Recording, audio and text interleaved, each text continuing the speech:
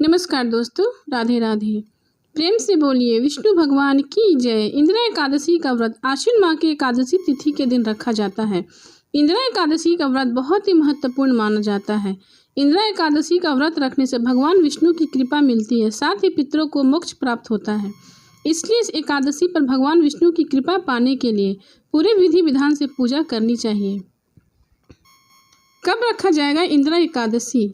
हिंदू पंचांग के अनुसार एकादशी तिथि का आरंभ 27 सितंबर शुक्रवार को दोपहर 1:19 पर होगा और 28 सितंबर को दोपहर 2:50 पर एकादशी तिथि समाप्त होगी।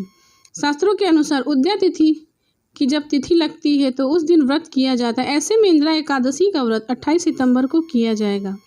इंदिरा एकादशी की पूजा का शुभ मुहूर्त। पूजा के लिए सबसे उत्तम मुहूर्त 28 सितंबर को शुभ चौघड़िया सुबह 7:42 से लेकर 9:12 तक रहेगा और शाम की अमृत चौघड़िया दोपहर 3:11 से लेकर 4:40 तक रहेगा। इनमें से किसी भी मुहूर्त पर आप पूजा कर सकते हैं। इंदिरा एकादशी का महत्व। इंदिरा एकादशी का महत्व इसलिए भी अधिक है क्योंकि इस व्रत को करने से आपके पितरों को मोक्ष की प्राप्ति होती है और वह बैकुंठ धाम को जाते हैं। साथ ही इस व्रत के प्रभाव से खुद के लिए भी स्वर्ग लोक के द्वार खुलते हैं। इंदिरा एकादशी पूजा विधि। पद्म पुराण में वर्णित विधि के अनुसार इंदिरा एकादशी का व्रत रखने से पहले दशमी तिथि के दिन पितरों का श्राद्ध करें। दशमी तिथि में ब्राह्मण गौ ग्रास गौ और कुत्ते इन सभी को भोजन कराएं। साथ ही इस दिन किसी की बुराई न करें। दशमी तिथि के रात के समय भूमि पर शयन करें और अगले दिन यानी एकादशी तिथि पर व्रत का संकल्प लें। इसके बाद स्नान आदि के बाद एक चौकी पर पीला कपड़ा बिछाएं, उस पर श्री हरि की प्रतिमा स्थापित करें, भगवान विष्णु को वस्त्र अर्पित करें और उनके साथ माता लक्ष्मी को भी भोग लगाएं। अंत में इंदिरा एकादशी की कथा का पाठ करें और फिर भगवान विष्णु और माता लक्ष्मी की आरती करें और फिर विष्णु चालीसा का भी पाठ करें। पितृदोष की मुक्ति के लिए इंदिरा एकादशी पर ये उपाय आप कर सकते हैं। मंत्र का जाप। इस दिन ओम नमो भगवते वासुदेवाय मंत्र का कम से कम 108 बार जाप करना चाहिए। इससे विष्णु भगवान प्रसन्न होते हैं।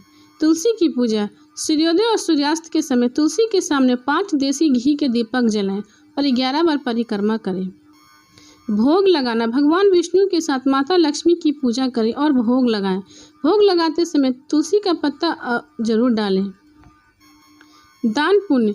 जरूरतमंदों को और गरीबों में दूध घी दही और चावल दान करें, इससे आपके पितृ प्रसन्न होते हैं। पीपल की पेड़ की पूजा। पीपल के पेड़ में सरसों के तेल का दीपक जगाएं और 11 बार परिक्रमा लगाएं, इससे पितृ दोष से छुटकारा मिलता है। एक काला कपड़ा ले, उसमें एक मुट्ठी काली दाल और काले तिल लेकर बांध दें। इसके बाद उस कपड़े की पोटली को दक्षिण दिशा में लटका दें।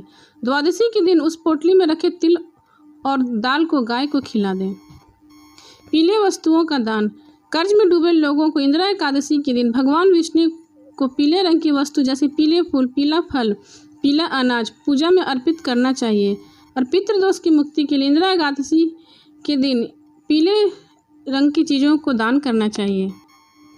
इंदिरा एकादशी के दिन दक्षिण दिशा में ईशान कोण पर एक सरसों के तेल का दीपक जलाएं और उसे रात भर जलने दें। ऐसा करने से हमारे पितृ दोष खत्म होते हैं।